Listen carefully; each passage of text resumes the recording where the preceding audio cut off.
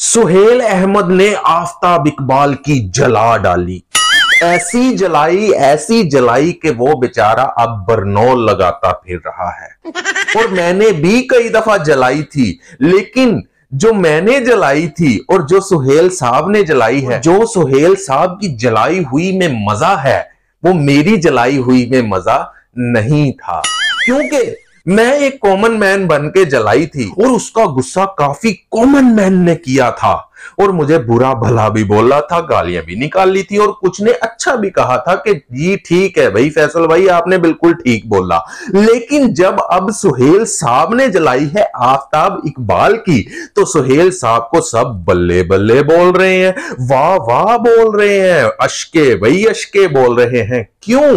क्योंकि कहीं ना कहीं तो आफताब इकबाल गलत है तो जरूर, जिसकी वजह से अब बड़े से बड़ा फनकार भी उसको गिल्टी कह रहा है। जब हमने उसको गिल्टी कहा था, लोगों ने हमें गिल्टी कहा था, लेकिन अब जब सुहेल साहब ने उसको गिल्टी कहा है, तो तब जाके लोगों ने कहा है भाई सुहेल साहब आपने तो बिल्कुल सही जलाई है आफताब इकबाल की, और ऐसी जली के बरनौल लगाकर भी ठीक नहीं हो रही। तकरीबन 1.25 घंटे का पॉडकास्ट सुहेल साहब ने दिया है अहमद अली भट्ट को, और अहमद अली भट्ट ने भी सस्ती फुफियों वाला किरदार अदा किया है सुहेल साहब और आफताब इकबाल की लड़ाई करवाकर।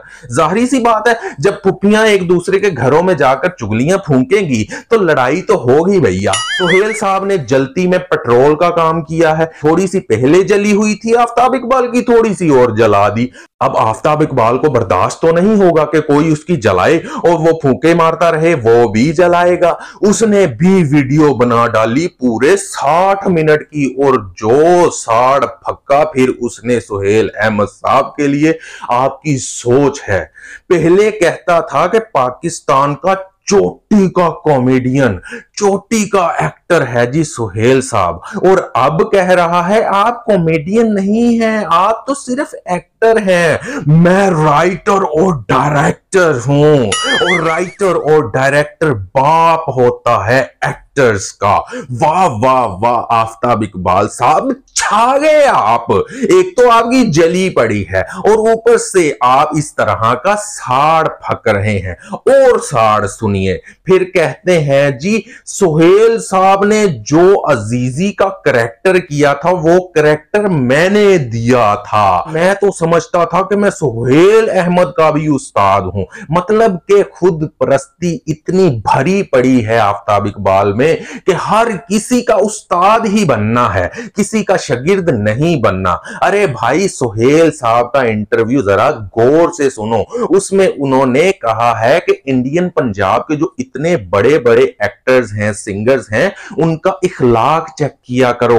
वो कितने प्यार से बोलते हैं, कितना इखलाकी दर्स देते हैं जब वो आपसे मिलते हैं। ताकि सुहेल साहब ने यहां तक बोल दिया कि उन्होंने हमसे कुछ नहीं सीखा होता, लेकिन जब भी वो हमसे मिलते हैं तो हाथ जोड़कर कहते हैं पाजी हमने आपसे बहुत कुछ सीखा। ये है इखलाक, ये है इखलाक का दर्स जो आफताब इकबाल आपको समझना चाहिए, जो आपको सीखना चाहिए। आप मुंह फट बोल तो देते हैं जो मुंह में आता है, लेकिन आपको समझ नहीं आता, आप फौरी तौर पर यू टर्न ले लेते हैं। सुल्तान रई साहब के लिए आपने जो फिक्रे बोले थे कि शान के सामने सुल्तान रई क्या बेचता है, उससे भी घूम गए। सहाबा कराम के लिए जो आपने गुस्ताखी की थी उससे भी मुड़ गए। फिर इंतहा से ज्यादा इंटेलेक्चुअल पर्सनैलिटीज के बारे में आपने बड़बड़ाहट में और तरफड़ाहट में जो जो बोला, फिर उससे भी यू टर्न ले लिए आपने। कुछ शर्म होती है, कुछ हया होती है आफताब इकबाल, कभी तो सही बोला करो अल्फाज जो मुंह से निकले, और फिर उसके ऊपर खड़े रहा करो कि मैंने ये बोला था और मैं ये मानता हूं। आप ये बोलते होते थे सुहेल साहब पाकिस्तान के चोटी के कॉमेडियन हैं, और अब आप ये बोल रहे हैं लो जी जब से मैंने अजीजी वाला शो हस्बे हाल छोड़ा है, अब वो बात नहीं रही, अब वो कमाल नहीं रहा। और थोड़ा अरसा पहले बोल रहे थे यार हस्बे हाल जैसे मैंने बनाया था आज भी उसी पिच पर खेल रहा है सुहेल अहमद। वारे दोगलापन आफ्ताब इकबाल तुम्हारा। पहले कहते थे मुझे तो शाहरुख खान बहुत अट्रैक्ट करता रहा पूरी जिंदगी, और अक्सर प्रोग्राम में कहते हो यार मुझे कभी उसने इंप्रेस नहीं किया। यार किसी पांडे का टक्कन तो बन जाओ, किसी पांडे का टक्कन बन जाओ आफ्ताब इकबाल। कितनी बार यू टर्न लोगे यार। एक तरफ कहते हो जी नाना पाटेकर ने मुझे कभी भी इंप्रेस नहीं किया, दूसरी तरफ कहते हो यार नाना पाटेकर बड़ा ही वर्सटाइल एक्टर है। वाह वाह वाह वाह, क्या दोगलापन है। एक तरफ कहते हो यार अक्षय कुमार का मुंह है एक्टर बनने वाला, और दूसरी तरफ कहते हो यार अक्षय कुमार बड़ा अच्छा एक्टर है।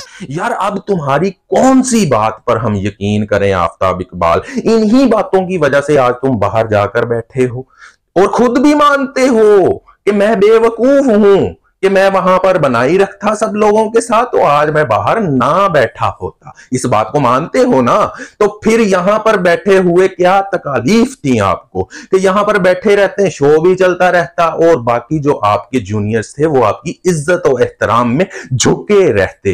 ये बात बिल्कुल सही कही सुहेल अहमद साहब ने कि वो बेचारे अपनी बेइज्जतियां भी सहते हैं आपके शो में और फीस लेने के लिए आपके सामने सर झुकाए खड़े रहते हैं। तो इसमें गलत क्या बात कह दी? आपने क्या जफरी खान को बेइज्जत नहीं किया था? आपने क्या बब्बू राणा को बेइज्जत नहीं किया था? और जो आपके शो छोड़ छोड़ के जाते रहे उसको आप बेइज्जत नहीं करते रहे? कितने नाम गिनवाऊं, आगा माजिद, सलीम अलबेला, हनी अलबेला, सखावत नाज, कितने लोगों के नाम गिनवाऊं जिनको आप बेइज्जत करते रहे हैं, उनको आप इज्जत नहीं देते रहे। सुहेल साहब के अल्फाज दोबारा सुनिए। उस बंदे ने यह कहा है कि इखलाक से पेश आओ, अच्छे इखलाक से पेश आओ। ये नहीं कहा कि बुरे काम को भी सराहते रहो। आपने अपने इंटरव्यू में कहा कि लो जी सुहेल साहब कह रहे हैं कि बुरे काम को भी सराहो, मैं बुरे काम को नहीं सराहता। कब बोला, किस बंदे ने बोला आपको कि आप बुरे काम को सराहो? आप बुरे काम को मत सराहो, आप अच्छे काम को सराहो, लेकिन यार इज्जत तो दो, इज्जत से तो बोलो। तू तराक क्या होता है? तू तराक से बोलते हो आप कहकर बोलो। आप ये कहते हैं हम आपको आप बोले, लेकिन आप ये कहते हैं कि आप लोगों को तू बोलें और लोग आपके लिए तालियां मारें। वाह वाह वाह, आप तो मोहम्मद शाह रंगीला बन गए। मोहम्मद शाह रंगीले का पता है ना, हिस्ट्री से आपको बड़ा प्यार है, तो मैं भी हिस्ट्री का स्टूडेंट हूं, हिस्ट्री का टीचर हूं, तो मैं आपको बता देता हूं।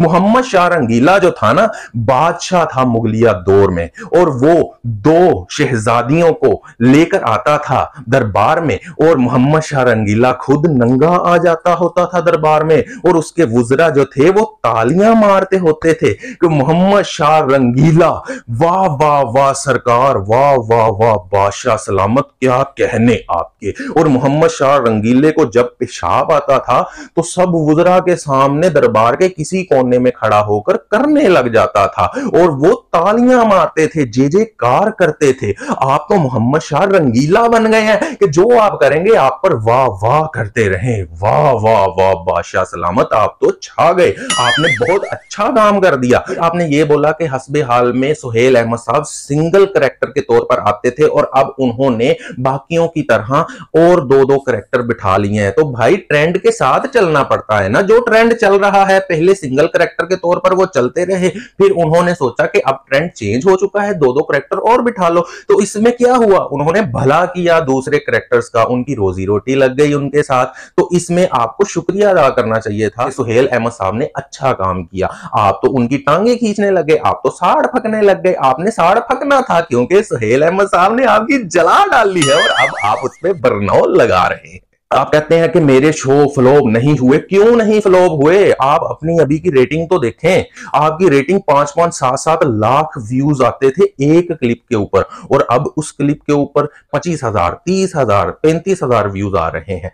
इसको कहते हैं रेटिंग का गिरना। और ये बात सुहेल साहब ने बिल्कुल सही कही कि जब तक कॉमेडियन का गुलदस्ता आपके शो में मौजूद था, आपका शो कामयाबी की बुलंदियों तक पहुंचा हुआ था। लेकिन जैसे ही नामर लोग, नामर कॉमेडियन आपके शो से कट हुए, आपका शो धड़ल से जमीन के ऊपर जा लगा। और जनाब आप व्यूवरशिप में, आप स्टारडम में इतने बहक गए कि आपने टिकटॉक स्टार बुलाने शुरू कर दिए। आपने साजा माजा ताजा सबको बुलाना शुरू कर दिया दुबई में कि आ जाओ मेरी व्यूवरशिप सही हो जाए, लेकिन व्यूवरशिप नहीं सही हुई जनाब। पाकिस्तान की बरकत ही ऐसी थी। आप पाकिस्तान छोड़ के बाहर गए, आपकी व्यूवरशिप टूट गई। आप पाकिस्तान में जब तक थे, पाकिस्तान की बरकत अल्लाह के फजलो करम से ऐसी थी कि आपका शो वाकई ही कामयाब तरीन शो था, लेकिन अब आपका शो फ्लॉप तरीन शो है। आप क्या कहते हैं, हस्बे हाल मैं फॉरवर्ड करके देखता हूं।